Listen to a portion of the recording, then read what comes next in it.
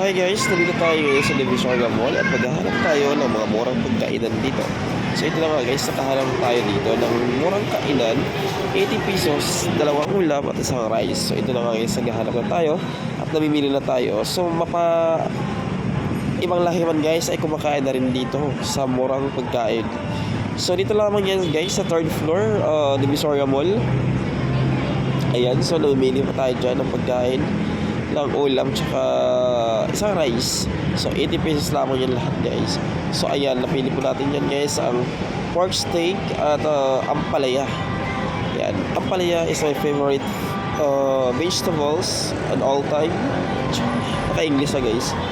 So ito na nga guys, namimili pa tayo. Ayan, so ayan na yung ampalaya ko. Sa mga naghahanap ng mga murang pagkainan dyan guys, kung nagawi kayo at punta kayo dito sa Divisoria area, punta lamang kayo sa third floor ng Divisoria Mall at hanapin niyo po yung nasa video ko na pagkainan.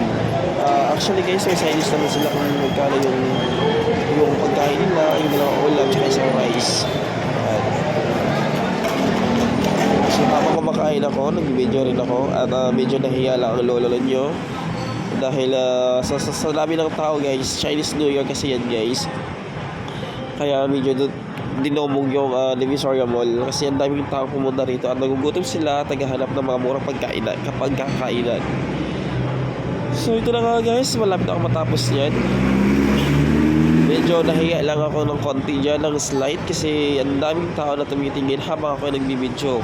So yung mga katabi ko nagtitinginan dahil nagbibidyo nga ako. So iniisip nila na ako ay vlogger. Char. Joke lang guys. So ito na nga guys, malapit ako matapos dyan. At padaan-daan pa dito yung mga service crew, yung mga nagtatrabaho dito sa food court. Actually guys, yung trabaho ko dati ay ganyan din. Kaya alam ko ang mga galawan nila.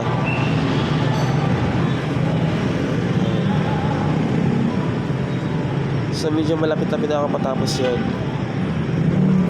So ito lang pala yung suggestion ko sa mga pupunta sa Divisoria Mall, no?